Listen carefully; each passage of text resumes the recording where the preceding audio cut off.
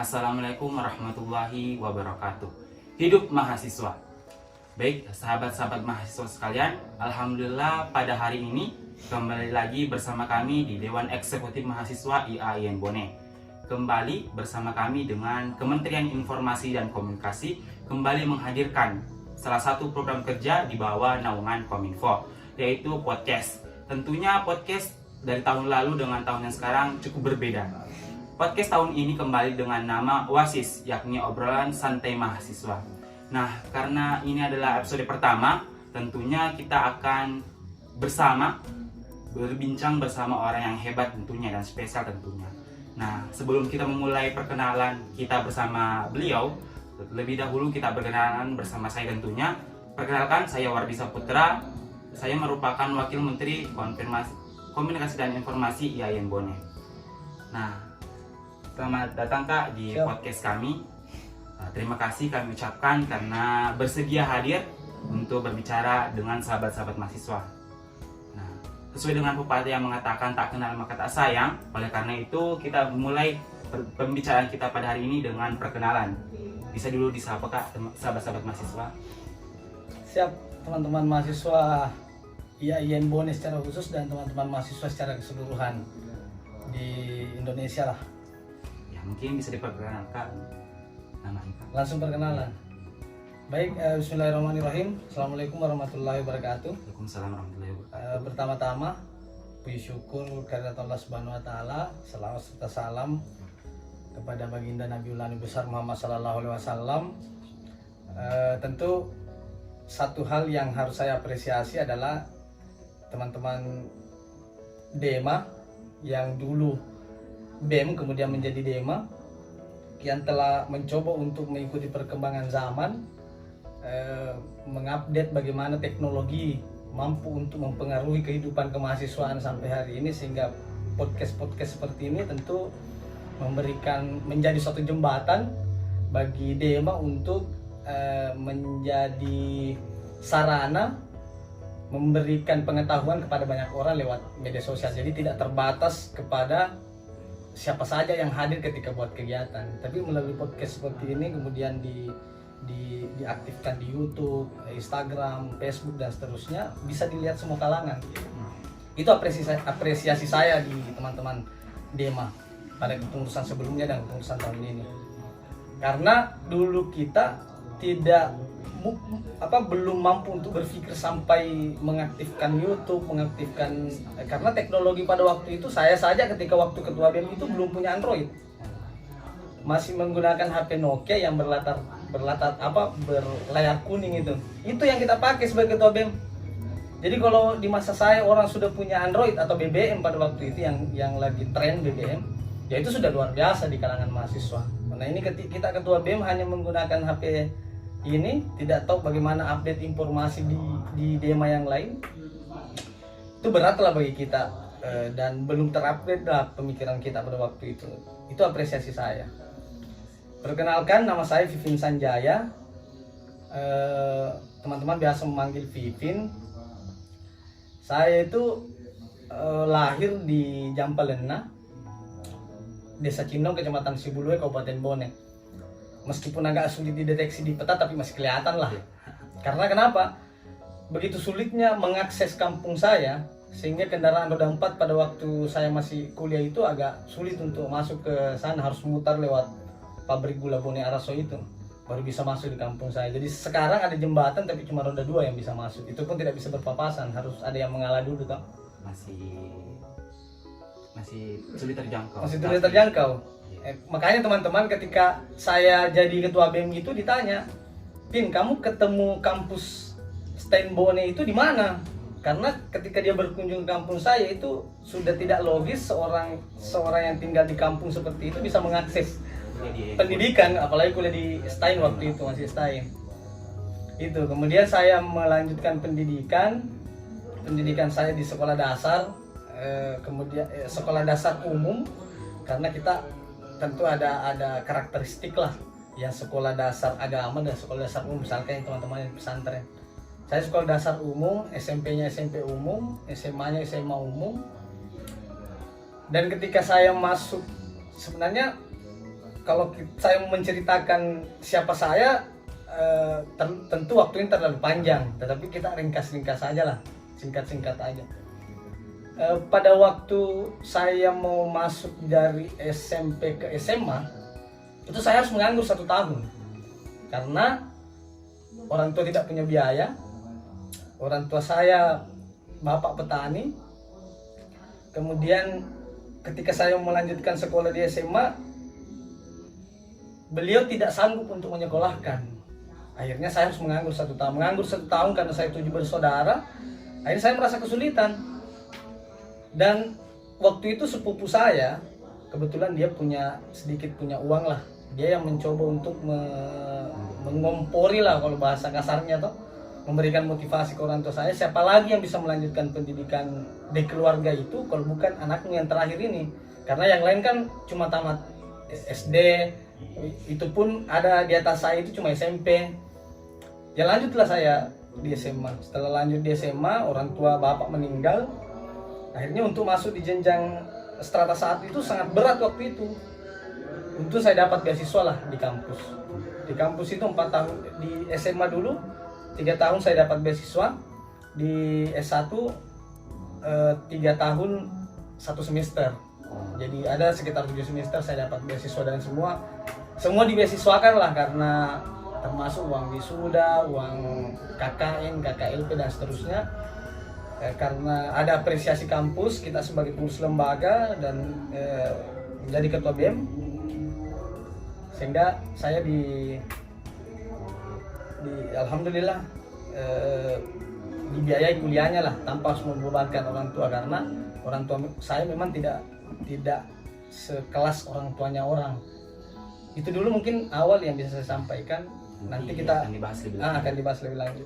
Ya, tadi perkenalan awal kita bersama Kak Vivin Sanjaya, tentunya beliau merupakan salah satu orang yang ternama pada waktu beliau menjadi mahasiswa di STAIN Tampone waktu itu. Nah, mungkin sahabat-sahabat mahasiswa di luar sana tidak tahu sebenarnya apa tempat yang pernah menjadi posisi dari Kak Vivin. Mungkin bisa diperkenalkan dulu Kak, pengalaman organisasi selama menjadi mahasiswa di STAIN Tampone. Saya itu tipikal orang yang paling tidak suka berorganisasi. Itu yang harus saya sampaikan di awal. Karena waktu kita sekolah di SMP itu, kita tidak mau mengenal organisasi, karena apalagi kita yang backgroundnya ilmu pengetahuan sosial, IPS itu di sekolah umum itu tipikal kadang-kadang klaimnya orang bahwa nakal, bodoh, pokoknya suka hura-hura, kerjaannya tidak ada kerjaan-kerjaan belajar. Ya itu sudah semacam hidup menjadi budaya di lingkungan teman-teman IPS, sehingga klaim tanda kutip itu selalu dinobatkan kepada teman-teman IPS. Akhirnya kalau kita mau berencana saja untuk masuk di OSIS, Pramuka, Palang Merah itu, kita dianggap sebagai orang yang ya dalam tanda kutip anak-anak culun lah. Biasanya bahasanya begitu, yang ketika sekolah harus masukkan baju blus dalam itu, saya bilang makanya saya bilang saya memang orang yang karena lingkungan saya membuat saya tidak suka berorganisasi. Masuk di SMA pun tidak berorganisasi. Tapi kalau waktu di SMP memang sering peringkat ketiga lah minimal, kalau dari kelas 1, kelas 2, kelas 3. Tetap anak culun lah. Biasanya bahasanya begitu, yang ketika sekolah harus masukkan baju blus dalam itu, saya bilang makanya saya bilang saya memang orang yang karena lingkungan saya membuat saya tidak suka berorganisasi. Masuk di SMA pun tidak berorganisasi. Tapi kalau waktu di SMP memang sering peringkat ketiga lah minimal, kalau dari kelas 1, kelas 2, kelas 3. Tetapi peringkat ketiganya itu di kelas yang paling bodoh. Karena kan di SMP itu 1A, 1B, 1C, 1D, 1E. Saya selalu di 1E. Jadi memang tipikal pendidikan kita kan teradopsi dari tipikal pendidikan kolonial kan.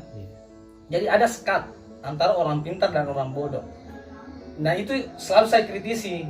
Semenjak saya bergelut di dunia pendidikan, masuk di STAIN, mengenal bagaimana pengetahuan itu dijalankan, sehingga saya berpikir, wah ternyata memang dari dulu kita ini dikooptasi, kita punya pendidikan. Saya yang misalnya di kelas saya 1E paling pintar di situ, stratanya paling bodoh di kelas 1D. Yang paling pintar di kelas 1D, paling bodoh di kelas 1B. Jadi begitu modelnya. Ada kooptasi pendidikan yang sampai hari ini mungkin saya kritisi, karena jadi dibedakan orang pintar ya bergaulnya dengan orang pintar, orang yang tanda kutip mohon maaf ya, yang bodoh bergaulnya dengan orang yang bodoh. Akhirnya karakter pendidikan kita itu ketika kita selesai, ya bodoh jadi bodoh. Yang bodoh ya dikualifikasi pengetahuan kita itu semakin ya gitu-gitu aja. Tidak ada perkembangan. Tidak ada perkembangan karena tidak terupdate oleh pengetahuan orang-orang yang pintar. Kalau tidak, makanya saya ketika menyimpulkan bahwa memang pelajaran itu tidak semaksimal atau tidak sesuai dengan ekspektasi kita ketika kita mengharapkan hanya dunia bangku pendidikan. Tidak bisa. Makanya ketika saya masuk kampus, mengenal organisasi, pada waktu itu sebelum saya masuk kampus saya sudah dikader di PMII. Salah satu, ini Pergerakan Mahasiswa Islam Indonesia, salah satu organisasi kemahasiswaan yang afiliasinya ke Ahlus Sunnah wal Jamaah. Makanya kadang-kadang disebut sebagai otonomnya Nahdlatul Ulama. Saya aktif di situ sebelum masuk kampus, sebelum jadi resmi jadi mahasiswa lah, jadi kader. Kemudian saya baru sadar bahwa ternyata memang pendidikan formal kita tidak bisa menggaransi apakah kita akan menjadi pintar, cerdas, atau tidak cerdas. Tidak bisa menggaransi itu. Makanya pendidikan otodidak lebih memberikan ruang kepada kita untuk belajar secara signifikan. Aktiflah saya di organisasi, aktif tapi tidak terlalu tidak memiliki posisi-posisi strategis pada waktu itu karena kan kita masih awal. Nah ketika saya sadar tentang pengetahuan, kemudian bacalah beberapa buku misalnya terkait dengan The Descent of Man, bukunya Charles Darwin itu, belajar tentang buku-buku yang memberikan terjemahan-terjemahan filsafat lah kepada kita, sehingga kita sadar bahwa ternyata untuk menggali pengetahuan itu kita harus belajar otodidak lah saya. History of God itu bukunya siapa? Karl Armstrong. Kemudian banyak buku-buku kepemimpinan Soekarno, buku-buku Pancasila, buku-buku tentang kepemimpinan yang lain. Kita bedah semuanya, belajar baca buku, akhirnya sadarlah saya pada waktu itu ternyata yang saya lakukan selama saya sekolah, fobia terhadap organisasi mulailah bergeser. Bahwa organisasi sangat penting dan menunjang aktivitas keilmuan kita dan aktivitas skill kita. Karena kalau kita mau bicara tentang skill di dunia kampus, di bangku pendidikan itu tidak bisa kita dapatkan secara maksimal. Bukan tidak bisa, tapi secara maksimal tidak bisa. Karena ijazah kita yang kita gunakan ini kan hanya untuk mengantarkan kita ke depan pintu pekerjaan. Kita punya ijazah nih, S1 cum laude misalnya. Hanya di depan pintu pekerjaan. Setelah masuk di ruang pekerjaan yang dibutuhkan adalah skill. Nah, kemampuan skill kita, misalnya contoh konkret Microsoft Word, Excel, PowerPoint dan seterusnya itu kita dapatkan di organisasi. Tidak ada itu satu kurikulum mata kuliah yang mengajarkan kita tentang bagaimana menggunakan Word. Apalagi kita di Fakultas Hukum kan kamu pasti tahu lah bagaimana Fakultas Hukum itu mengajarkan kita tentang pengetahuan tidak pada wilayah skill kita. Nah, kita tidak menutup kemungkinan ya ketika mau selesai harus nyusun skripsi sendiri, harus nyusun tesis sendiri kalau misalnya di S2. Itu akhirnya saya masuk kampus, berkenalan dengan beberapa organisasi intrakampus seperti Korps Sukarela Palang Merah Indonesia, kemudian masuk di forum kajian ilmiah, kemudian bergabung dengan MHMJ Syariah, sampai saya di komisariat itu di PMII saya menjadi, dan jarang-jarang loh artinya ketua BEM yang bisa menyelesaikan tepat waktu. Dan pada waktu itu kita lagi posisi orientasi pengenalan akademik dan kemahasiswaan, membutuhkan tenaga pikiran kita untuk menyelesaikan satu program kerja yang sangat besar manfaatnya kepada mahasiswa. Jadi dia harus mampu di akademik. Saya tidak punya kredit. Saya alhamdulillah juga punya nilai rata-rata lah di kampus pada waktu itu. Kemudian yang kedua, dia harus mampu di organisasi. Karena kalau kau mampu di akademik tapi tidak mampu di organisasi, sama seperti yang kau bilang tadi, kepintaran tidak akan menggaransi segala-galanya. Tapi harus seimbang. bahwa kepintaran kita harus di follow up dengan kemampuan skill, soft skillnya itu. Karena kalau tidak punya skill, bagaimana caranya? Masa kita dipekerjakan kemudian kita tidak mengetahui aja, kita tidak tahu. Itu yang kedua. Kemudian yang ketiga ya, sepintar-pintarnya kita, secerdas-cerdasnya kita, atau seculun-culunnya kita ini ya, mesti harus pintar, ya, mampu di asmara juga lah. Maksudnya mampu di asmara adalah memberikan jaminan kepada orang yang dekat dengan kita, baik laki-laki maupun perempuan, bahwa mereka merasa dinaungi lah ketika kita ketemu dan berdiskusi, bahwa senior saya ini meskipun dia adalah tidak terlalu kenal dengan saya, apalagi kita sebagai ketua BEM, ya kita harus memberikan hipnotis asmara kepada mereka. Hipnotis asmara itu bahasanya bahwa ketika kau mendekati saya, berarti saya bermanfaat bagi kamu. Harus berasa bermanfaat, meskipun tidak bisa dipungkiri bahwa ada satu hati yang yang menempel di kita untuk tetap diperjuangkan. Ta'aruf lah kita dengan satu orang lah. Itu mungkin yang ingin saya sampaikan terkait yang ketiga parameter kesuksesan saya terhadap mahasiswa. Ya kalau yang ketiga tidak bisa, karena misalnya ada juga tipikal mahasiswa yang ya tidak mau menjalin hubungan asmara dengan orang lain, ya tidak ada masalah. Yang pasti prinsipnya bahwa akademik dan organisasi itu harus kuat, harus sejalan. Soal apa tadi yang kedua, beasiswa ya. Prinsipnya begini, kalau kita bicara tentang beasiswa, teman-teman di kampus itu, kita tidak boleh, saya ini tidak pernah berpikir bahwa ketika saya masuk kampus, karena saya tidak punya uang, nanti tidak bisa saya selesai. Saya tidak bisa menyelesaikan perkuliahan. Bukan itu yang saya pikirkan, masuk dulu. Kalau kau mau melihat bagaimana itu saya lakukan, ketika saya selesai S1, saya ketika mau melanjutkan pendidikan strata 2 di Universitas Muslim Indonesia, pada waktu itu belum ada S2 Fakultas Hukum di kampus, di STAIN. Kan setelah saya selesai baru dibuka S2 itu. Saya ke Makassar, bayangkan saya bilang dalam hati saya, kalau saya tidak ke Makassar, tidak mungkin saya bisa melanjutkan pendidikan S2. Karena di sini tidak ada S2-nya hukum. Itu dulu yang saya pikirkan. Saya harus ke Makassar dulu. Setelah di Makassar, saya tidak mungkin bisa melanjutkan S2 kalau saya tidak ambil formulir untuk S2. Dan ini saya belum kantongi uang sepeser pun. Saya belum punya uang. Setelah masuk, kalau saya tidak mengembalikan formulir, saya tidak mungkin bisa kuliah. Kembalikanlah formulir. Kalau saya tidak ikut tes, saya tidak mungkin bisa kuliah. Ikutlah saya tes. Dan yang paling parah pada waktu itu adalah ketika mau masuk di UMI, harus bayar uang BPP, uang SPP 4.500.000. Saya masih ingat sekali itu. Ketika mau bayar 4.500.000, saya tidak punya duit. Saya tidak punya uang 4.500.000. Begitulah saya bernegosiasi dengan Tuhan. Apa istilah bernegosiasi dengan Tuhan ini, semoga suatu waktu saya bisa gunakan itu sebagai judul buku.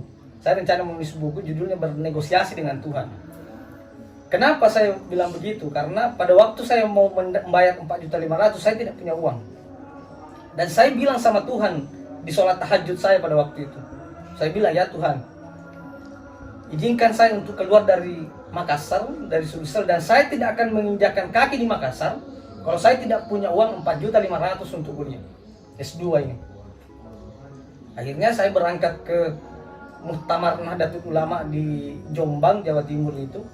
Kemudian saya ke Kediri, ke kampung Inggris, belajar bahasa Inggris sekitar 3 minggu. Kemudian setelah itu, saya sudah lulus kuliah ini, lulus tinggal bayar. Tapi karena saya tidak punya duit 4.500.000, makanya saya harus keluar. Panjang ceritanya, lama prosesnya, sekitar 6 bulan.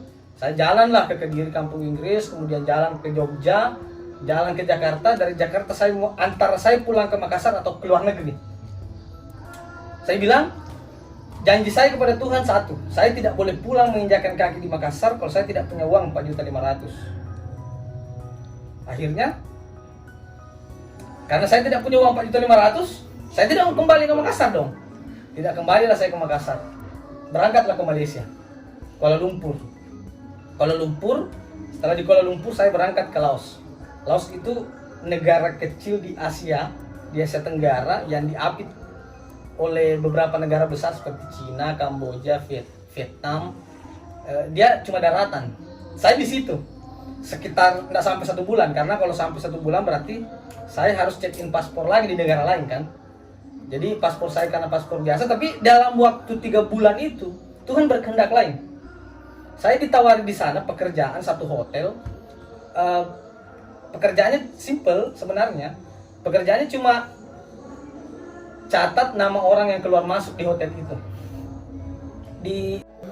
Jadi pas saya mengerjakan pekerjaan saya itu membersihkan rumah 3 lantai setiap hari.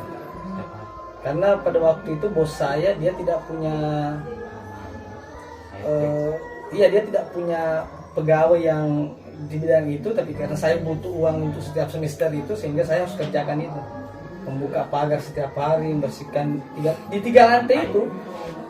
Karena kamarnya terkunci, ada kamar juga yang dijadikan gudang.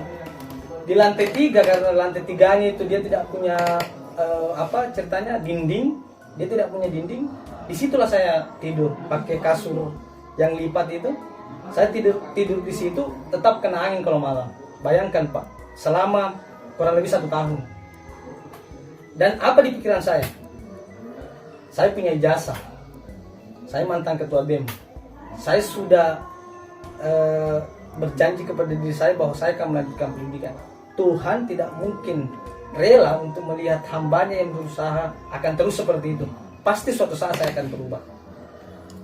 Itu sakitnya itu ketika saya mengenyam pendidikan S2 itu, tidak punya uang, kemudian bekerja seadanya, dan mungkin kadang-kadang orang tidak tahu pekerjaan saya di Makassar adalah menutup gerbang kemudian membersihkan rumah 3 lantai. Karena kan nggak enak juga kalau kita mantan ketua BEM pulang ke Bone kemudian ya harus sedikit menampilkan style-style yang seolah bahwa kita sudah sukses ya gitu. Karena nggak enak juga bicara di depan orang tapi tidak punya apa-apa, kan jelek juga kedengarannya. Akhirnya saya betul-betul meresapi, dan kadang-kadang setiap malam itu saya menangis dan meminta doa kepada Tuhan, ya Tuhan, kamu tidak akan mungkin melihat saya terus seperti ini.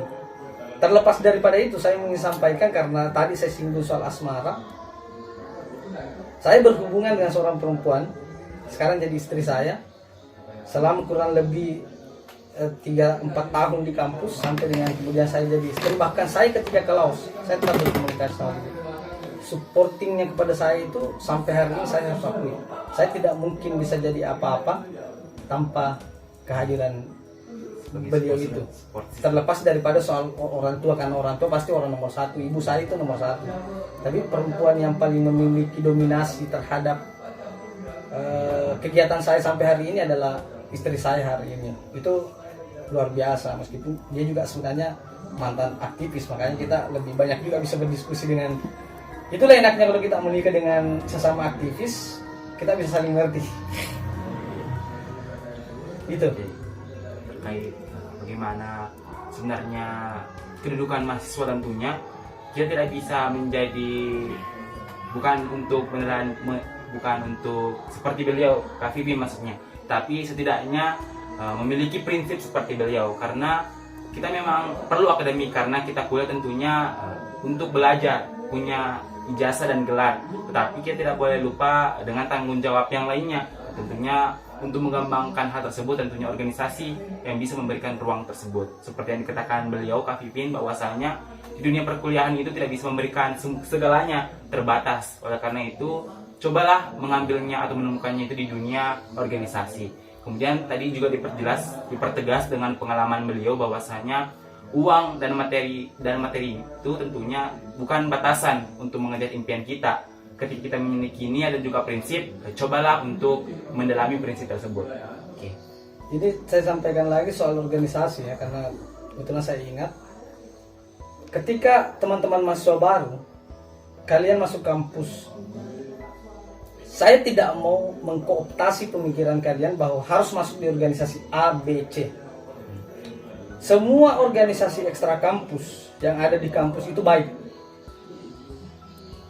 Cuma karena pengalamannya orang kadang-kadang berbeda, jadi kadang kita melihat orang dan kesuksesannya orang dari organisasinya. Tidak selamanya begitu. Kau misalnya kan ada organisasi Satuan Pemuda Pancasila, ada Ikatan Mahasiswa Muhammadiyah, ada Himpunan Mahasiswa Islam, ada Pergerakan Mahasiswa Islam Indonesia, yang pada posisinya saya hari ini yang mengantarkan saya sampai ke Jakarta, tinggal di Jakarta, stay di Jakarta adalah PMII. Tapi apakah kemudian organisasi yang lain itu tidak baik? Baik juga. Kenapa? Karena yang menunjang aktivitas saya ketika jadi mahasiswa, ketika jadi aktivis, ketika demo-demo itu ada teman-teman di HMI, teman-teman di SAPMA, teman-teman di MM. Kita saling membangun simbiosis mutualisme. Artinya ada kepentingan pengetahuan yang dipelajari oleh teman-teman SAPMA, teman-teman HMI, tidak saya pelajari di PMII. Ada yang saya pelajari di PMII, tidak dipelajari teman-teman SAPMA dan HMI atau IMM. Makanya harus ada simbiosis mutualisme antar organisasi kelembagaan itu. Makanya tetap, kalau kau mahasiswa baru bertanya ke saya, Kak, saya ini mau masuk organisasi, kira-kira organisasi apa yang saya masuki? Saya pasti bilang, silahkan masuk di organisasi manapun, tergantung keinginan Anda. Tapi harus digarisbawahi, bos, bahwa kalau kau masuk di organisasi harus aktif. Aktif dalam bahasa kasarnya, tenggelamkan dirimu di situ. Jangan lupa nama. Karena kepentingan kita berorganisasi adalah kepentingan kolaborasi. Karena di sana banyak karakter. Ada orang yang kerjanya cuma tidur, ada orang yang kerjaannya kebiasaan baca buku, kebiasaan diskusi. Ada orang yang kerjanya cuma datang di komisariat untuk mandi, numpang makan, karena makannya gratis, mandinya gratis, tempatnya gratis, sehingga mereka komisariat. Itu tidak bisa kita nafikan. Makanya kolaborasi di lingkungan organisasi itu tetap harus kita jaga. Makanya kalau saya ditanya itu tadi, organisasi apa yang bagus untuk kita masuki di kampus, semua organisasi bagus, kecuali yang dilarang. Karena harus kita akui bahwa pemerintah melarang beberapa organisasi di luar kampus itu beraktivitas. Akhirnya kita tidak boleh juga, kecuali yang tanda kutip yang dilarang ya. Kalau selama masih diizinkan di dunia kampus dan dunia kemahasiswaan, silahkan kalian bergabung dimanapun sesuai dengan karakternya. Karena saya tidak bisa mengintervensi Anda untuk masuk di organisasi A, B, C. Tetapi ya, kalau memang jiwa Anda di A, silahkan di A. Jiwa Anda di B, silahkan di B. Jiwa Anda di C karena di sana Anda anggap bahwa saya akan berkembang ketika masuk di sini, silahkan. Tidak saya. Namun kebetulan saya di Pergerakan Mahasiswa Islam Indonesia. Itu yang menjadi pointer ketika kita bicara soal organisasi di mana yang bagus kita masuki. Yang pasti tidak ada organisasi yang buruk. Karena pasti semua akan mengajarkan tentang soft skill dan mengajarkan tentang pengetahuan yang dipelajari di luar kampus. Mana ada kita bicara di Fakultas Hukum tentang history of God, sejarah Tuhan itu. Tidak mungkin kita di kampus belajar tentang teori evolusinya Darwin. Yang kemudian sebenarnya begini, teori evolusinya Darwin itu menyadarkan saya tentang benturan antara pengetahuan sosial dengan pengetahuan agama. Saya sedikit masuk pada wilayah substansi pengetahuan ya. Karena dulu waktu kita sekolah di IPS, yang disuguhkan di kita itu adalah manusia. Kelihatan dari modul, kalau Anda lihat buku IPS itu, yang kita lihat kan ada seekor kera yang kemudian duduk berdiri, membawa tas dan seterusnya, kemudian evolusi jadi manusia. Ternyata ketika kita benturkan dengan pengetahuan agama kan jelas berbeda. Makanya saya berpikir, kalau saya memahami teorinya Darwin ketika saya sekolah di SMA, wah, gimana kira-kira itu? Kita pasti berdebat terus dengan dosen yang mengajarkan tentang pengetahuan sosial. Tapi karena kita pelajari ternyata prinsip teori yang dikembangkan oleh orang-orang dulu terbantahkan karena adanya misalnya soal pengetahuan, karena kita paham pengetahuan agama. Yang dulu ketika kita SMA kan ngangguk-ngangguk. Ya kalau di dunia kampus itu kan kita harus geleng-geleng, Pak. Kenapa harus geleng-geleng? Apalagi di Fakultas Hukum kan, kita di Fakultas Hukum itu diajarkan tentang pengetahuan advocatus diaboli. Advocatus diaboli itu mengajarkan bahwa kita harus menjadi orang yang mengantitesis sesuatu. Teorinya Hegel kan mengajarkan itu. Hegel mengajarkan teori dialektika. Tesis, antitesis, dan sintesis. Ketika kita jadi antitesis, membantah semua kebenaran, bahasa filsafatnya, berarti kita harus jadi advocatus diaboli. Kalau di Fakultas Hukum kita pelajari itu. Makanya teman-teman kalau memang termasuk juga jurusan, memilih jurusan itu tidak selamanya apa yang diinginkan oleh orang lain. Kadang-kadang karena orang tua kita kuliah di Fakultas Hukum, kalau kau kuliah ke Fakultas Hukum ya, kan saya kuliah di Fakultas Hukum. Itu tergantung bagaimana kita beradaptasi dengan lingkungan itu. Yang salah ketika kita misalnya tidak suka dengan bicara hukum, tapi kita masuk di Fakultas Hukum, jangan juga. Jadi kalau kita masuk di Fakultas Hukum, ya Anda harus mencoba untuk beradaptasi dengan pengetahuan hukum. Dan saya kuliah di Fakultas Hukum S1, kuliah di Fakultas Hukum S2. Itu. Begitu mungkin. Semua organisasi itu baik, dalam hal ini khususnya organisasi ekstra, tentunya yang berbeda dengan organisasi intra, tergantung dari pilihan kita tentunya, dan yang paling penting adalah pengabdian terhadap organisasi, karena organisasi itu tidak akan menjadi apa-apa ketika kita hanya numpang nama seperti itu Kak ya. Kemudian Kak, yang mungkin ada sedikit pesan untuk mahasiswa selain dari organisasi atau pendidikan tadi, mungkin ada yang ingin disampaikan untuk Camaba lain yang akan masuk di IAIN Bone. Karena saya menganggap bahwa Steinway Tampone, saya sebenarnya masih sering menyebut istilah Steinway Tampone, tapi karena pernah suatu waktu saya ketemu dengan salah satu dosen di kampus itu menyebut Steinway Tampone, ini sudah menjadi IAIN, Institut Agama Islam Negeri Bone. Jadi kita nggak usah lah menyebut Stein katanya, tapi kan tipikal karena lingkungan kita dari dulu menyebut Stein, makanya Stein aja lah.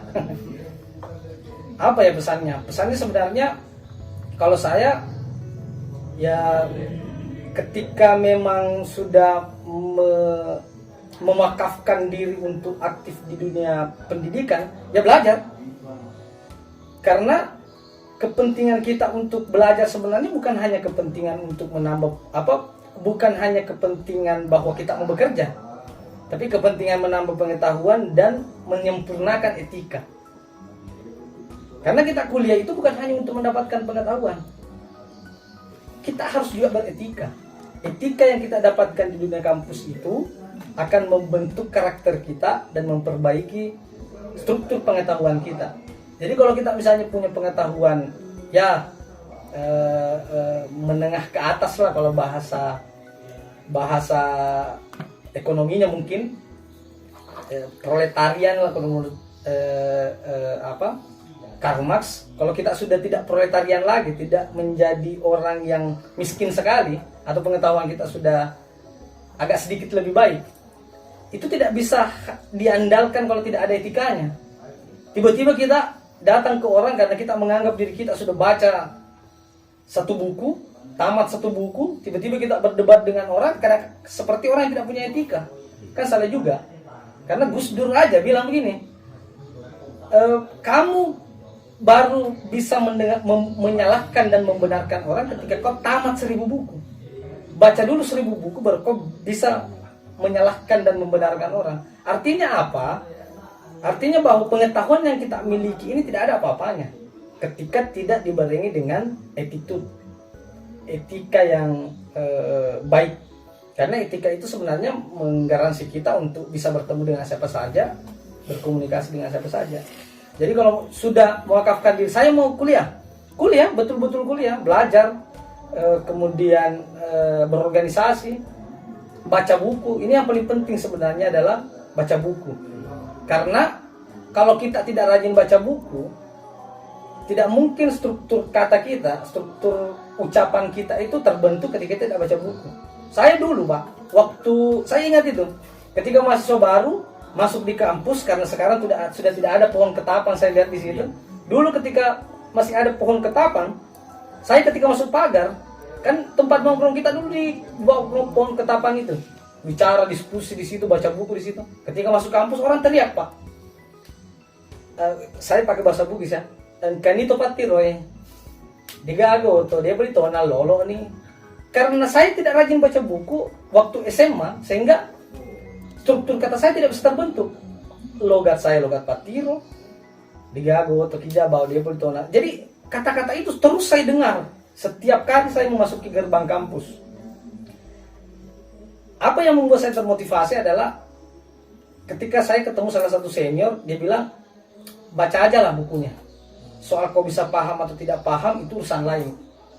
Tapi setelah kau baca, kau pasti akan ada terlintas ketika kau ingin berbicara. Akhirnya itulah kemudian yang saya jadikan sebagai dasar untuk merawat pengetahuan saya adalah baca buku. Sampai sekarang. Jadi saya dulu semenjak semenjak kuliah di semester 5 itu, saya setiap bulan harus beli buku. Sampai sekarang di Jakarta itu artinya kita sudah kerja kantoran, saya tetap beli buku setiap bulan. Beli buku, kemudian baca buku di luar daripada pekerjaan saya misalnya. Pekerjaan saya kan sekarang adalah analis hukum. Tidak selamanya saya harus baca buku tentang analis hukum, karena otak kita juga harus direfresh dengan pengetahuan yang lain. Misalnya kalau kita berangkat ke suatu daerah, ke suatu tempat, kita baca bukunya Ronda Birne. Ronda Birne itu bukunya The Secret. Itu bisa memancing aura filosofi tentang kehidupan kita. Kalau teman-teman nantilah, kalau misalnya mau baca-baca itu, saya punya 2 bukunya The Secret itu, yang setiap kali saya berangkat ke suatu daerah saya pasti baca. Gitu. Jadi rajin-rajin lah sumbangkan uangnya untuk membeli buku, kemudian dibaca, karena buku itu adalah sesuatu hal yang menjadi karakter dan identitas sebagai seorang mahasiswa. Waktu saya kuliah, saya setiap hari bawa buku masuk kampus. Persoalan saya baca atau tidak itu urusan lain, yang pasti saya bawa dulu. Itu budaya itu, tradisi itu yang mesti kita bangkitkan kembali, karena tradisi gadget hari ini kan tidak bisa dinafikan. Orang kadang-kadang bilang, wah ngapain beli buku? Ada di ini kok, ada di HP. Tapi kalau kita buka HP untuk lihat PDF buku, itu porsinya sangat sedikit. Lebih banyak kita di media sosial, WA, Facebook, dan seterusnya, Instagram. Tapi kalau kita bawa itu bukunya, kemudian kita cari tempat untuk merefleksi, kita bisa paham lebih banyak kok. Itu mungkin yang ingin saya sampaikan ke teman-teman juga. Jadi itu yang bisa dijadikan prinsip mungkin sekali lagi untuk sahabat-sahabat mahasiswa yang di luar sana, seperti beliau Kak Pipin. Nah, karena Kak Pipin pernah menjadi ketua BEM Stadion Kampone tahun 2013-2014, tentunya memiliki suka duka. Nah, tentunya Kak, mungkin ada pesan untuk DEMA, saat ini DEMA di bawah pimpinan Kak Alfian Sandi 2022-2023, mungkin ada pesan yang disampaikan untuk sedikit perubahan atau hal-hal yang lain. Untuk DEMA sebenarnya begini, karena ada sebenarnya kita harus akui bahwa kita kampus birokrat dalam hal ini, pejabat-pejabat kampus, mulai dari rektor, waret sampai yang penentu kebijakan seperti misalnya waret 3 yang membidangi langsung kemahasiswaan, itu kadang-kadang kita tidak bisa mengekspresikan program kerja kita karena keterbatasan beberapa hal. Dana satu, kemudian yang kedua fasilitas yang tidak memadai. Nah, untuk teman-teman DEMA ya harus lebih inovatif. Misalnya program kerja yang kalian lakukan itu menjamin bahwa semua mahasiswa yang ada di AIM Bone itu terjembatani atas kehadiran kalian. Sebenarnya itu kepentingannya, karena kalian sebenarnya adalah, kalau di negara, miniatur negara sebenarnya. Di dunia kampus itu kita belajar bernegara sebenarnya, karena kan ada senat mahasiswa, ada DEMA. Sebagai seorang presiden mahasiswa, ya kalian harus menjadi jembatan bagi teman-teman mahasiswa untuk berkomunikasi dengan rektorat. Jadi tampung semua aspirasinya mahasiswa. Dan yang paling buruk hari ini adalah ketika kita masuk kampus, kalau Anda baca bukunya Eko Prasetyo, saya sebenarnya sepakat dengan itu. Eko Prasetyo itu dia mencoba untuk menggambarkan dunia kampus hari ini. Kalau kita masuk di dunia kampus, yang kita lihat kan cuma tempelan-tempelan, pamflet-pamflet. Tanggal berapa batas akhir pembayaran mahasiswa? Tanggal berapa mahasiswa keluar KKN? Tanggal berapa? Cuma itu tuh doang. Tidak pernah kita lihat bahwa ada suatu model kritisisme yang disampaikan oleh mahasiswa di dinding-dinding kampus itu. Dulu kita sering sebarkan pamflet-pamflet tentang kritik kita terhadap birokrat, kritik kita terhadap mahasiswa, dan itu kita tampung semua dari mahasiswa. Jadi teman-teman BEM ini mestinya buka ruang kepada semua mahasiswa, siapapun itu, karena kalau kita di BEM kita tidak bicara lagi tentang organisasi A, B, C. Kita bicara tentang IAIN Bone. Kemajuan IAIN Bone ditentukan oleh kemajuan mahasiswanya. Kemajuan mahasiswa itu ditentukan oleh bagaimana BEM memfasilitasi mahasiswa. Karena alumni juga yang menentukan keberhasilan sebuah kampus. Kalau ditanya dari alumni mana? Dari alumni Steinway Tampone. Tetapi pengetahuannya sama dengan pengetahuan dari kampus universitas. Wah, itu kan satu predikat yang menjanjikan terhadap eksistensi kampus ke depan kan.